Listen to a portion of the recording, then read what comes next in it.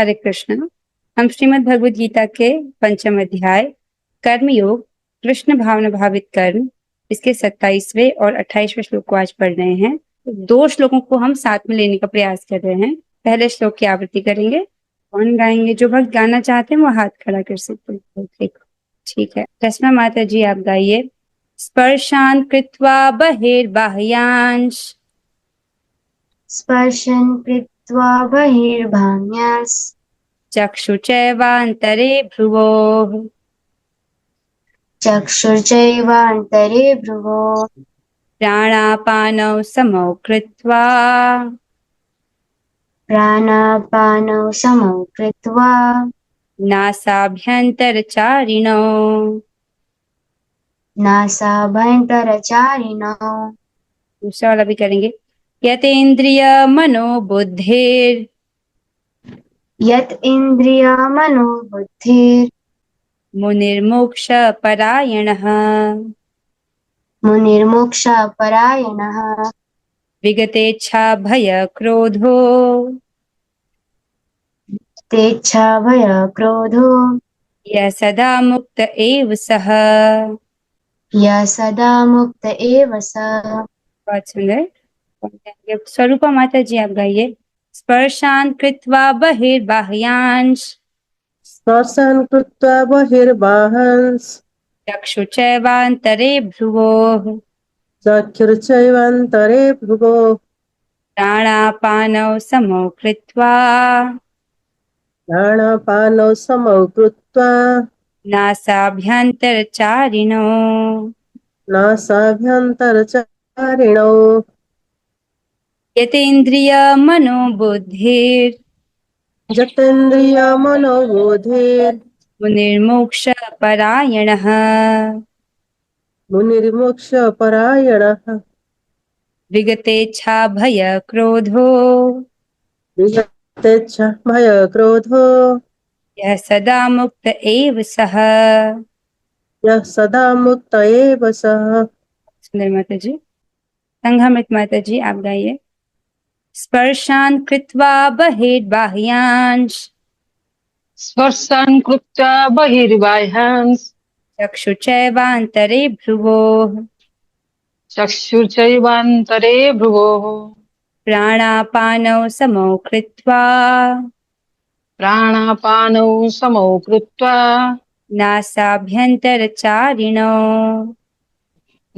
नासाभ्यन्तरचारिणौ यतेन्द्रियमनोबुद्धिर् यतेन्द्रियो मुनिर्मोक्षपरायणः मुनिर्मोक्षपरायणः विगतेच्छा भय क्रोधो विगतेच्छा भय क्रोधो यः सदा मुक्त एव सः। यः सदा मुक्त एव सः। हरे कृष्ण। बहुत अच्छे माता जी। अब हम आगे बढ़ेंगे। इन दोनों श्लोकों में भगवान वर्णन कर रहे हैं अष्टांग योग की विधि का। एक्चुअली पूरा वर्णन तो वो अगले अध्याय में करेंगे, यहाँ थोड़ा सा शुरुआत कर रहे हैं।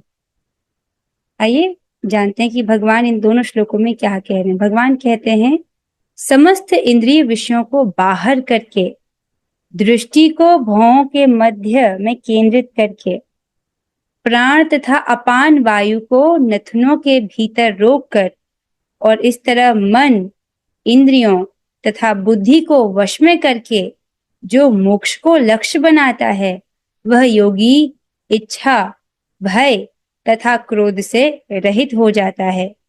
जो निरंतर इस अवस्था में रहता है वह अवश्य ही मुक्त है। आप इस श्लोक को समझ रहे हैं? इस श्लोक को आप लिंक कीजिए पिछले श्लोकों से। भगवान ने क्या कहा था कि इस जगत में कौन सुखी रह सकता है?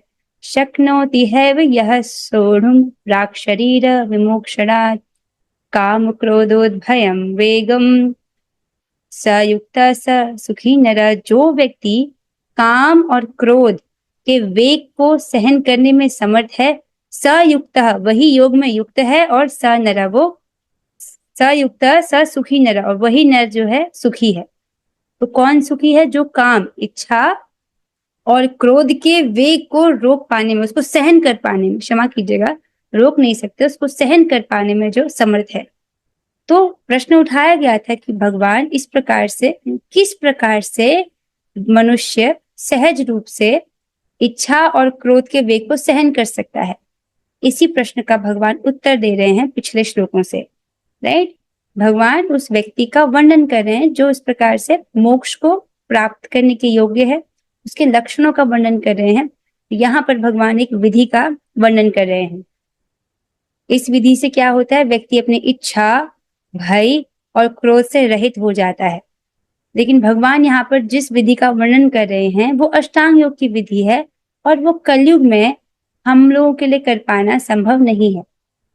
तो हम सभी लोगों के लिए प्रभुपाद जी इसको तात्पर्य में समझाएंगे कि अष्टांग योग की विधि है, और इससे व्यक्ति इच्छा, भय और क्रोध से रहित हो जाता है, राइट। और इस प्रकार से वो निरंतर ही जो है इंद्रिय विषयों से दूर बना हुआ है, राइट, और अपनी इंद्रियों को संयमित किए हुए है, इस प्रकार से योग का अभ्यास कर रहा है।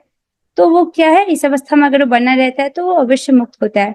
प्रभुपाद जी समझाते हैं कि इस विधि से भी एक श्रेष्ठ विधि है, वो है कृष्ण भावनामृत की। क्यों? क्योंकि उसमें व्यक्ति अपनी इंद्रियों को भगवान की सेवा में नियोजित करता है, इसलिए उनको बाहर विषयों से खींचने की आवश्यकता नहीं पड़ती है। और ये जो विधि है कृष्ण भावनामृत की विधि, ये सहज है, राइट, और कलयुग में भी व्यक्ति इसको कर सकता है, और इस प्रकार से बहुत ही सरल तरीके से सहज मार्ग से वो भगवत धाम को प्राप्त कर सकता है। आइए अब हम एक बार श्लोक के अन्वय को देखेंगे। बाह्यान स्पर्शान, शब्द स्पर्श आदि बाह्य विषयों को, शब्द स्पर्श आदि बोला है उपलक्षण से, बाकी सब विषयों को भी ग्रहण करना पड़ेगा। शब्द किसका विषय है? कान का, राइट। शब्द आंख का विषय है रूप, नाक का विषय है गंध, राइट, और जिह्वा का विषय है रस, ठीक है। शब्द, स्पर्श, रूप, गंध और रस, तो 5 इंद्रियों के ये 5 विषय हो गए। तो शब्द स्पर्श आदि बाह्य विषयों को बहिकृत्वा, बहिष्कृत कर, राइट, उनको बाहर करके उनका वो त्याग कर देता है। चक्षुचा एव, और चक्षु को, अपने दोनों आंखों को, भ्रुवो अंतरे, दोनों भ्रुकुटियों के मध्य में स्थिर कर, तो दोनों आंखों को दोनों भ्रुकुटियों के मध्य में स्थिर करता है। भगवान उसके, उस योगी के ध्यान की मुद्रा का वर्णन कर रहे हैं। इस प्रकार से वो ध्यान करता है, उसकी दोनों आंखें भ्रुकुटियों के मध्य में रहती हैं।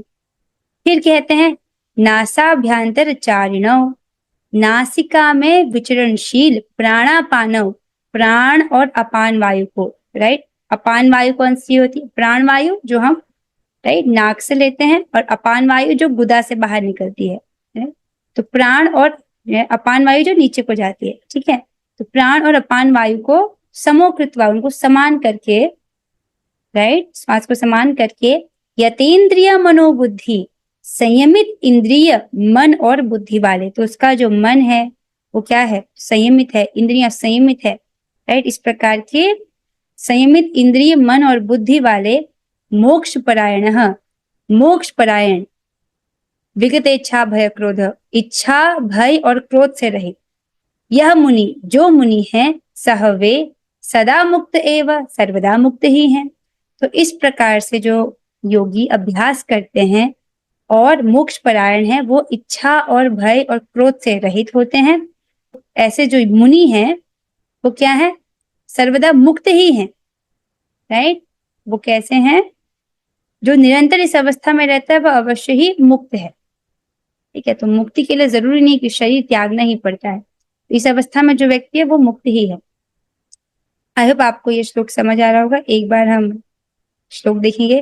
स्पर्शान कृत्वा बहिर्बाह्यांश, तो जो स्पर्श आदि जो इंद्रिय विषय हैं उनको बाहर करके, चक्षु चैवांतरे भ्रुवो, चक्षु को भ्रुवों के अंतर में, उनके मध्य में करके, प्राणापानो समोकृत्वा, जिसने अपने प्राण और अपान वायु को सम कर लिया है, समान कर लिया है, नासाभ्यंतर चारिणो, राइट। और कौन सी प्राणापान? जो नासिका के भीतर जो वायु चलती है उसको उसने सम कर लिया है। और क्या किया है? यतेंद्रिय मनोबुद्धि, जिसकी इंद्रियां संयमित है, मन और बुद्धि संयमित है। मुनिर्मोक्ष परायण, ऐसा मुनि क्या है? मोक्ष परायण है। विगते इच्छा भय और क्रोध, इस प्रकार से क्या है? उसने इच्छा भय और क्रोध से वो व्यक्ति रहित हो गया है। यह सदा मुक्त एव स, ऐसा जो व्यक्ति है वो सदा ही मुक्त है। आई होप आपको श्लोक समझ आ रहा होगा। आइए अब हम तात्पर्य की ओर चलेंगे। अनुवाद और तात्पर्य कृष्ण कृपा मूर्ति श्री श्रीमद एसी भक्ति वेदांत स्वामी प्रभुपाद द्वारा। प्रभुपाद जी तात्पर्य में कहते हैं, कृष्ण भावनामृत में रत होने पर मनुष्य तुरंत ही अपने आध्यात्मिक स्वरूप को जान लेता है, जिसके पश्चात भक्ति के द्वारा वह परमेश्वर को समझता है। जब मनुष्य भक्ति करता है तो वह दिव्य स्थिति को प्राप्त होता है और अपने कर्म में भगवान की उपस्थिति का अनुभव करने योग्य हो जाता है। यह विशेष स्थिति मुक्ति कहलाती है। समझना इसको, एक बार इसको पूरा पढ़ते फिर इसकी व्याख्या करेंगे। पहले प्रभुपाद जी यहाँ पर कृष्ण भावनामृत का वर्णन कर रहे हैं। राइट, जैसे ही व्यक्ति कृष्ण भावनामृत में आया तो क्या करता है? तुरंत ही अपने आध्यात्मिक स्वरूप को जान लेता है। देखिए, पहले दिन ही भक्त आपको ये बता देते हैं कि हम ये शरीर नहीं है, हम आत्मा है। और आत्मा क्या है? भगवान का नित्य दास है। तो ये क्या है? जीवात्मा का वास्तविक स्वरूप है। उसको जान लेता है और उसके पश्चात भक्ति के द्वारा वो परमेश्वर को समझता है। ये भी बहुत सुंदर ढंग से प्रभुपाद जी ने लिखा है। क्या लिखा है उन्होंने? ये भक्ति के द्वारा परमेश्वर को समझता है। कितना सुंदर उन्होंने लिखा है। अर्थात इस प्रकार से वो व्यक्ति जो है कृष्ण भावनामृत में आया, उससे अपने स्वरूप को जाना, फिर वो भक्ति करने लगता है, जप करता है, प्रसाद खाता है, कथा श्रवण करता है, इस प्रकार से भगवान की भक्ति कर रहा है। तो भक्ति के द्वारा ही भगवान को समझा जाता है। कोई व्यक्ति जो बहुत बुद्धिमान है इस जगत में, राइट, जगत की दृष्टि से बहुत बुद्धिमान है, लेकिन वो भक्ति नहीं कर रहा है, वो व्यक्ति इस दिव्य ज्ञान को और भगवान को नहीं समझ सकता है। भक्ति के द्वारा परमेश्वर को समझा जाता है। जब मनुष्य भक्ति करता है तो वह दिव्य स्थिति को प्राप्त होता है और अपने कर्म में भगवान की उपस्थिति का अनुभव करने योग्य हो जाता है। यह विशेष स्थिति मुक्ति कहलाती है। राइट, जैसे जब व्यक्ति देहात्मक बुद्धि में होता है, मैं शरीर हूं ये समझता है, तब वो शरीर के स्तर पर कार्य करता है अपनी इंद्रियों को तुष्ट करने के लिए। तब वो जो भी कार्य करता है, या तो वो तमोगुण कार्य है, या वो रजोगुण है, या वो सतोगुण है, प्रकृति के गुण का संपर्क कर रहा है। लेकिन जैसे ही आप इस चेतना में स्थित हो जाते हो कि मैं इस कार्य को भगवान श्री कृष्ण की प्रसन्नता हेतु कर रही हूँ या कर रहा हूँ, उसी वक्त आप एक दिव्य चेतना में स्थित हो गए हो। आप देहात्मक बुद्धि से ऊपर उठ गए हो। राइट, दिव्य चेतना में जैसे आप स्थित हो, आप मुक्त हो। वो आपकी स्वरूपगत स्थिति है। राइट, जब हम स्वाभाविक तौर से कृष्ण राधा कृष्ण की सेवा कर रहे हैं। अब प्रभुपाद जी वर्णन करेंगे इस श्लोक में भगवान ने जो अष्टांग योग की विधि का वर्णन किया है उसके विषय में प्रभुपाद जी हमें बता रहे हैं। वे कहते हैं, मुक्ति विषयक उपर्युक्त सिद्धांतों का प्रतिपादन करके श्री भगवान अर्जुन को यह शिक्षा देते हैं कि मनुष्य किस प्रकार अष्टांग योग का अभ्यास करके इस स्थिति को प्राप्त होता है। यह अष्टांग योग 8 विधियों यम, नियम, आसन, प्राणायाम, प्रत्याहार, धारणा, ध्यान तथा समाधि में विभाजित है। छठे अध्याय में योग के विषय में विस्तृत व्याख्या की गई है। 5वें अध्याय के अंत में तो इसका प्रारंभिक विवेचन ही दिया गया है। तो स्पष्ट है बात। तो भगवान इस श्लोक के माध्यम से अर्जुन को ये शिक्षा दे रहे हैं, हमको भी शिक्षा दे रहे हैं कि देखो कि अष्टांग योग की जो विधि है उसका जब मनुष्य अभ्यास करता है तो वह इस स्थिति को प्राप्त कर जाता है कि अपने इच्छा और क्रोध के वेग को वो सहन कर पाता है, उससे रहित हो पाता है। तो उसको भगवान स्पष्ट करते हैं। और ये अष्टांग योग की जो विधि है इसका विस्तृत वर्णन भगवान अगले अध्याय में करेंगे। राइट, यहाँ पर आपको बताया जाता है कि अष्टांग योग 8, अष्टांग मीन्स 8। राइट, तो ये 8 जो विधि है वो होता है यम, नियम। राइट, यम मीन्स जो नियम, जो चीजें नहीं करनी है, नियम। राइट, जो नियम, जिन नियमों का पालन करना है। आसन, इसमें आसन भी महत्वपूर्ण है। प्राणायाम, जैसे भगवान ने कहा कि उस प्राण और अपान की जो वायु है उसको वो सम करता है, तो राइट, श्वास का उसमें बहुत महत्व है। प्रत्याहार, धारणा, ध्यान और समाधि।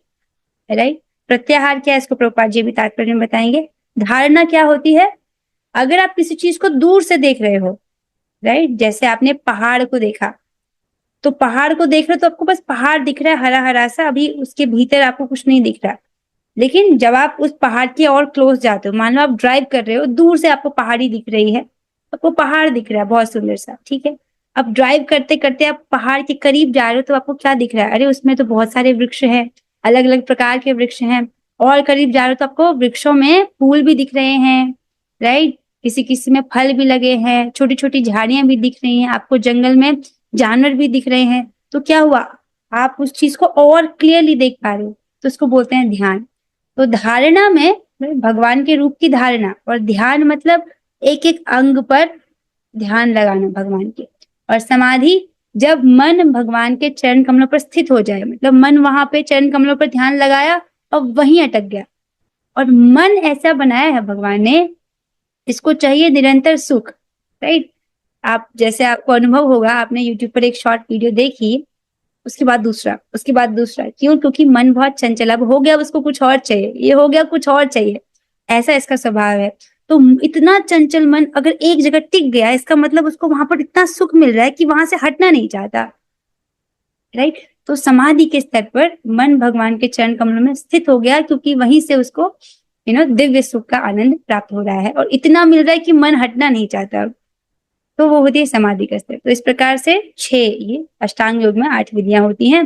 भगवान इसको विस्तृत तरीके से अध्याय 6 में वर्णन करेंगे। अभी तो बस उन्होंने प्रारंभिक विवेचन, बस शुरुआत किया है इस टॉपिक को। तो आप समझ रहे हैं, अष्टांग योग में व्यक्ति जो है इन 8 विधियों का पालन करता है, राइट। और एक कृष्ण भावना भावित व्यक्ति क्या है? पहले दिन से ही वो ध्यान के स्तर पर है। ध्यान किस स्तर पर है? पहले दिन से यम नियम आसन प्राणायाम, एकदम आप कहाँ से शुरू कर रहे हो? सीधे ध्यान से, राइट। क्योंकि हरे कृष्ण मंत्र क्या है? सीधे भगवान का नाम, भगवान का नाम और भगवान में तो कोई अंतर नहीं है, नाम और नाम ही अभिन्न है। एटलीस्ट आप इसको थ्योरी से जानते हो। तो जैसे आप हरे कृष्ण कृष्ण कृष्ण हरे हरे, हरे राम राम राम हरे हरे, इसका स्पष्ट उच्चारण कर रहे हैं और कान से सुनने का प्रयास कर रहे हैं, तो आप ध्यान लगा रहे हो एक एक ध्वनि को सुनने का, भगवान के एक एक नाम को सुनने का। और नाम और नामी में कोई भेद नहीं है, तो आप ध्यान कहाँ लगा रहे हो? कृष्ण, हरे कृष्ण, किसमें ध्यान है? भगवान के नाम को सुनने में। भगवान का नाम भगवान ही है, तो कहाँ ध्यान है? भगवान में। इस प्रकार से एक कृष्ण भावना भावित व्यक्ति शुरुआत में ही ध्यान के स्टेज से शुरू करता है। समझ रहे हैं इस चीज को? आगे चलते हैं। योग में प्रत्याहार विधि से शब्द, अब यहाँ पर प्रभुपाद जी प्रत्याहार समझा रहे हैं, राइट। यम नियम आसन प्राणायाम, प्रत्याहार क्या है इसको समझा रहे हैं। योग में प्रत्याहार विधि से शब्द, स्पर्श, रूप, स्वाद तथा गंध का निराकरण करना होता है, और तब दृष्टि को दोनों भौं के बीच लाकर अधखुली मीन्स आधी खुली पलकों से उसे नासाग्र पर केंद्रित करना पड़ता है। अब यहाँ से प्रभुपाद जी वर्णन कर रहे हैं कि इस योग की विधि में क्या किया जाता है, राइट। इस प्रकार से जो शब्द, स्पर्श आदि जो विषय हैं, उनको नकार करके व्यक्ति अपने भ्रिकुटी में भ्रिकुटी के मध्य में, राइट, नासाग्र पर वो ध्यान कर रहा है। बेसिकली दृष्टि को अधखुली रखता है, ठीक है। इसका वर्णन जो है प्रभुपाद जी थोड़ा और करेंगे, इसको हम कल पढ़ेंगे। थोड़ा यहाँ से कितना बचा है? थोड़ा सा बचा है, इससे आगे हम कल पढ़ेंगे। प्रत्याहार पढ़ लेते हैं, उसके बाद हम दामोदर अष्टकम करेंगे। हाँ, तो प्रत्याहार में क्या होता है? व्यक्ति एक्चुअली शब्द, स्पर्श, रूप, स्वाद और गंध, ये जो इंद्रिय विषय हैं, इनका त्याग कर रहा है और दृष्टि को दोनों भौं के बीच में लाता है। अब आप प्रश्न पूछेंगे कि दृष्टि को, आंखों को दोनों भौं के बीच में और अध खुली रखना है, आदि क्यों खुली रखना है? तो प्रभुपाद जी समझा रहे हैं कि देखो, आंखों को पूरी तरह बंद करने से कोई लाभ नहीं होता। क्यों? क्योंकि तब सो जाने की संभावना रहती है, और अगर आंखों को पूरा खोल के करेंगे तो तब क्या होगा? कोई रूप जाएगा तो रूप दिखेगा, राइट, डिस्ट्रैक्शन। न ही आंखों को पूरा खुला रखने से कोई लाभ है, क्योंकि तब तो इंद्रिय विषयों द्वारा आकृष्ट होने का भय बना रहता है। इंद्रिय विषय जाएगा, कोई रूप जाएगा तो उसकी तरफ दृष्टि जाएगी और वहां डिस्ट्रैक्ट हो जाएगा। इसलिए अध खुली, आदि खुली, राइट। इस प्रकार से जो है योगी करते थे। अब तो कलयुग में ऐसा संभव नहीं है। फिर कहते हैं नथुनों के भीतर श्वास की गति को रोकने के लिए प्राण तथा अपान वायु को सम किया जाता है। प्राण और अपान वायु को, राइट, इसमें कुंभक और रेचक भी आपने इसको पढ़ा था। 10 प्रकार की प्राण वायु को हमने पढ़ा था, राइट। यू रिफर टू चौथा अध्याय, इसके लिए चौथे अध्याय में पढ़ा था 10 प्रकार की प्राण वायु, राइट। इस प्रकार प्राण और अपान को वो सम करता है। ऐसे योगाभ्यास से मनुष्य अपनी इंद्रियों के ऊपर नियंत्रण प्राप्त करता है। तो जब व्यक्ति, ये बहुत सुंदर बात है, इसको हम जप में अप्लाई कर सकते हैं। क्या कह रहे हैं, देखो, जब हम लोग जप करते हैं, राइट, जीवा से तो कर रहे हो आप हरे कृष्णा कृष्ण कृष्ण हरे हरे, हरे राम राम राम हरे हरे। शुरुआत में तो बैठते हैं इसी संकल्प से कि नहीं आज मुझे एक एक नाम अच्छे से सुनना है, लेकिन बीच में मन कहीं इधर उधर चले जाता है, राइट। तो ये अष्टांग योगी जो कि जप करने से भी अधिक मुश्किल कार्य है, हालांकि फल इनको कम प्राप्त होता है और थोड़ा कम इन द सेंस, क्योंकि अष्टांग योगी जो है केवल परमात्मा अनुभव तक पहुंच सकते हैं, भगवत अनुभव तक वो नहीं पहुंचते हैं, राइट। भगवत साक्षात्कार के लिए भक्ति का ही एकमात्र मार्ग है, इसलिए उनका जो अनुभव है वो भगवत साक्षात्कार का अनुभव उनको प्राप्त नहीं होता, लेकिन कठिन प्रोसेस वो लोग अपनाते हैं। तो इस कठिन प्रोसेस से वो लोग अपने मन और इंद्रियों को नियंत्रण में लाते हैं। और कैसे करते हैं वो, राइट, एक तो प्रत्याहार कर लेते हैं, सब ये स्पर्श आदि सब चीजों का त्याग कर लेते हैं। हमको तो त्याग करने को नहीं बोला, आपको बोला कि जो चीज आपको पसंद है, शाकाहारी और शुद्ध हो, उसको भगवान को अर्पित करके खाइए, राइट। लेकिन अष्टांग योगी तो एकदम जंगल में रह करके घर से दूर तपस्या कर रहा है, उसने सब कुछ त्याग दिया, एकदम वैरागी व्यक्ति है, राइट, वो इसको करता है। कौन सी चीज को हम जप में अप्लाई कर सकते हैं? तो ये व्यक्ति अष्टांग योग का जो अभ्यास कर रहा है वो अपने मन को नियंत्रण में ला रहा है। कैसे? अपनी श्वास वायु को कंट्रोल करके। आप देख रहे हो इसको?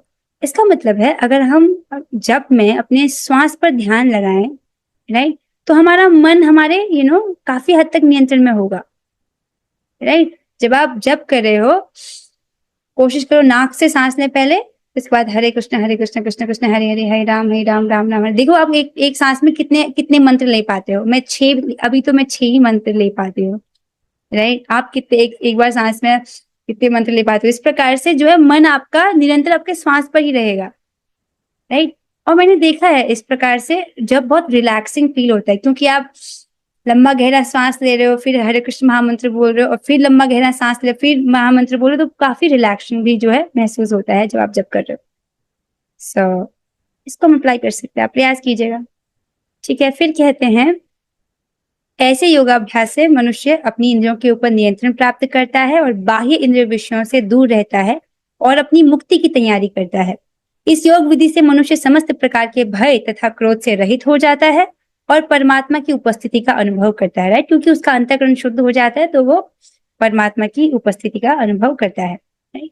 तो अगर पूछा जाए कि इस योग विधि का फल क्या है, अष्टांग योग विधि का फल क्या है, ये व्यक्ति जो है भय और क्रोध, राइट, उससे रहित हो जाता है और परमात्मा की उपस्थिति का वो अनुभव करता है। लेकिन अब प्रभुपाद जी समझाएंगे कि दूसरे शब्दों में कृष्ण भावनामृत योग के सिद्धांतों को संपन्न करने की सरलतम विधि है। हाँ, योग के सिद्धांतों को संपन्न करने की और भी विधियां हैं, वो बहुत कठिन है, राइट। ज्ञान योग, अष्टांग योग, बड़ी कठिन तरीके हैं, लेकिन इसकी सरलतम विधि है कृष्ण भावनामृत योग, राइट। अगले अध्याय में इसकी विस्तार से व्याख्या होगी, किसकी? अष्टांग योग की। किंतु कृष्ण भावना भावित व्यक्ति सदैव भक्ति में लीन रहता है, जिससे उसकी इंद्रियों के अन्यत्र प्रवृत्त होने का भय नहीं रह जाता। अष्टांग योग की अपेक्षा इंद्रियों को वश में करने की यह अधिक उत्तम विधि है। समझ रहे हैं? प्रभुपाद जी ने बहुत सरल तरीके से बोला कि देखो, अष्टांग योग एक विधि है जिसके द्वारा इंद्रियों को नियंत्रण में लाया जाता है, लेकिन उससे श्रेष्ठ विधि है कृष्ण भावनामृत की। वो कैसे? क्योंकि इसमें जो भक्त है भक्ति में लीन रहता है, अपनी इंद्रियों को भगवान की सेवा में लगाता है, इसलिए इंद्रियों को कहीं और जाने की भय नहीं होता। फॉर एग्जाम्पल, अभी आप कथा सुन रहे हो तो आप जो है टीवी नहीं देख रहे हो, तो आपको टीवी देखने से अपने आप को बचाना नहीं पड़ रहा क्योंकि आप कथा सुन रहे हो, राइट। बाहर का खाना नहीं खा रहे क्योंकि आप प्रसाद खा रहे हो, राइट। इस प्रकार से जो है इंद्रियां जो है अन्यत्र प्रवृत्त होने का भय नहीं रह जाता है।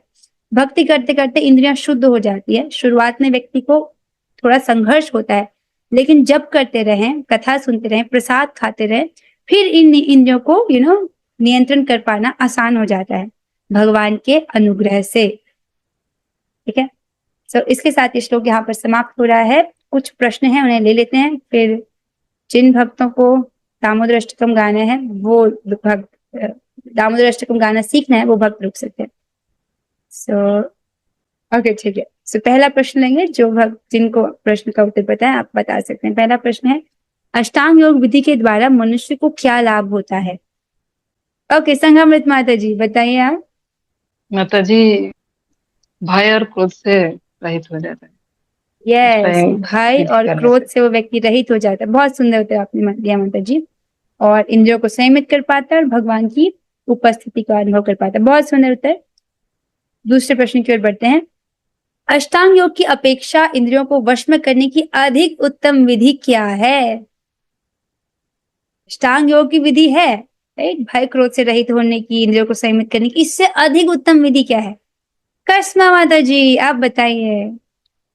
अरे बहुत सारे भक्त हाथ खड़ा कृष्णा कर रहे हैं। कृष्णा भावनामृत योग। यस, कृष्ण भावनामृत योग, ये क्या है? अधिक उत्तम विधि है, क्योंकि इसमें जो भक्त है वो भक्ति में लीन रहता है, इसलिए उसकी इंद्रियां कहीं बाहर जाने का उसका भय नहीं रहता। बहुत सुंदर। लेकिन अष्टांग योग में क्या ऐसा रहता है, हमेशा एक भय बना रहता है, इंद्रियां कहीं बाहर ना चले जाए, राइट, बहिर्मुख ना हो जाए। या जैसे कि उनको देखिए आप, विश्वामित्र जी 60,000 साल तक तपस्या कर रहे, लेकिन एक अप्सरा के पायल की झनकार, राइट, एक शब्द उनको सुनाई दिया, उससे वो डिस्ट्रैक्ट हो गए। तो भय तो है ना गिरने का, लेकिन भक्ति में ये भय नहीं रहता। सो इसके साथ ये श्लोक यहाँ पर समाप्त हो रहा है। और जो भक्त अब दामोदर अष्टकम गाना चाहते हैं वो रुक सकते हैं, बाकी भक्त ये आपकी हम चॉइस पर छोड़ रहे हैं, क्योंकि हम लोग गाने का अभ्यास कर रहे थे। आज हम कौन से श्लोक पर हैं, तीसरे या चौथे? तीसरे श्लोक पर हैं। ओके, तीसरे पर है। माधवी माधवी जी भी बोल रहे तीसरे है। पता नहीं क्यों मुझे लग रहा है चौथे पर है, मैं कंफ्यूज हूँ। चलो ठीक है, तीसरा श्लोक कह रहे हो तो तीसरा श्लोक पढ़ लेते हैं। सो जो भक्त गाने का अभ्यास करना चाहते हैं वो हाथ खड़ा कर ले। ओके, सुमन माता जी आपसे शुरू करेंगे। इति दृक्स्वलीलाभिरानंद कुंडे इति दिक्सलीलाभिरानन्दकुण्डे स्वघोषं निमज्जन्तम् आख्यापयन्तम् सघोषं निमज्जन्तम् आख्यापयन्तम् तदीयेषितगेषु भक्तर्जितत्वम् तदीयेषितेषु भक्तिर्जितत्वम् पुनः प्रेमतस्तं शतावृत्ति वन्दे। पुनः प्रेमतसं शतावृत्तिवन्दे। बहुत अच्छी माता जी, थोड़ा सा अभ्यास फिर तो आप बहुत अच्छा गाने लगेंगे। माधुरी माता जी आप गाइए। इति दृक्स्वलीलाभिरानंद कुंडे इति दृक्स्वलीलाभिरानन्दकुण्डे स्वघोषं निमज्जन्तम् आख्यापयन्तम् सघोषनिमज्जन्तम् आख्यापयन्तम् तदीयेषितगेषु भक्तर्जितत्वम् तदीयेषु भक्तर्जितत्वम् पुनः प्रेमतस्तं शतावृत्ति वन्दे। न प्रेमतस्तं शतावृत्ति वन्दे। ओके, बहुत अच्छे माता जी। अनीता माता जी आप गाइए। इति दृक्स्वलीलाभिरानन्दकुण्डे इति दृक्सलीलाभिरानन्दकुण्डे स्वघोषं निमज्जन्तम् आख्यापयन्तम् स्वघोषं निमज्जन्तम् आख्यापयन्तम् तदीयेषितगेषु भक्तर्जितत्वम् तदीयेषु तज्ञेषु भक्तर्जितत्वम् पुनः प्रेमतस्तं शतावृत्ति वन्दे। पुनः प्रेम तत्तं शतावृत्ति वन्दे। बहुत सुंदर माता जी, आप सब लोग ने बहुत अच्छा गाया। इस श्लोक का अनुवाद देखते हैं। श्लोक में कह रहे हैं कि ऐसी बाल्यकाल की लीलाओं के कारण, कैसी की, जैसे वो भय से भाग रहे हैं अपनी माँ से, राइट, आंखों को मसल रहे हैं तो उनका भयभीत चेहरा, इस प्रकार की सुंदर मनोहारी जो भगवान की लीलाएं हैं, ऐसी बाल्यकाल की लीलाओं के कारण वे गोकुल के वासियों को आध्यात्मिक प्रेम के आनंद कुंड में डुबो रहे हैं। इति दृक्स्वलीला फिर आनंद कुंडे, और जो अपने ऐश्वर्यपूर्ण और ज्ञानी भक्तों को ये बतला रहे हैं कि मैं अपने ऐश्वर्यहीन और प्रेमी भक्तों द्वारा जीत लिया गया हूँ। तो जो भगवान हैं उनको प्राप्त करने के लिए बड़े बड़े ज्ञानी, राइट, उनका ध्यान करते हैं, राइट, बड़े बड़े अष्टांग योगी उनका ध्यान करते हैं एक भगवान की झलक प्राप्त करने के लिए। लेकिन ऐसे जो भगवान हैं अपने ऐश्वर्यहीन और प्रेमी भक्तों द्वारा जीत लिए गए हैं। ऐसे उन दामोदर भगवान को मैं शत शत नमन करता हूँ या शत शत नमन करती हूँ। तो बहुत सुंदर है। तो भगवान इस लीला के माध्यम से बता रहे हैं कि मैं तो अपने भक्तों के द्वारा जीत लिया जाता हूँ। ये उनका प्रेम दर्शाता है भक्तों के प्रति। इसके साथ हम आज की कक्षा को यहाँ पर विराम देंगे। आप सभी के सहयोग के लिए बहुत बहुत धन्यवाद। अब हम 3 बार हरे कृष्ण महामंत्र करेंगे। एक रिक्वेस्ट है, कल जब आप जप करोगे ना तो श्वास का ध्यान रखते हुए कीजिएगा। ओके, एप्लीकेशन आज की कक्षा का और अनुभव आप शेयर कर सकते हैं। अब हम 3 बार हरे कृष्ण महामंत्र करेंगे। हरे कृष्णा कृष्ण कृष्णा हरे हरे, हरे राम राम राम हरे हरे। हरे कृष्णा कृष्ण कृष्णा हरे हरे, हरे राम राम हरे हरे। हरे कृष्णा कृष्ण कृष्णा हरे हरे, हरे राम राम हरे हरे। श्रीमद् भगवद गीता की जय, प्रभुपाद की जय, कार्तिक महामहोत्सव की जय। और गौरी श्री गुरु गौरंगा। हरे कृष्णा। आप सभी भक्तों का बहुत बहुत धन्यवाद।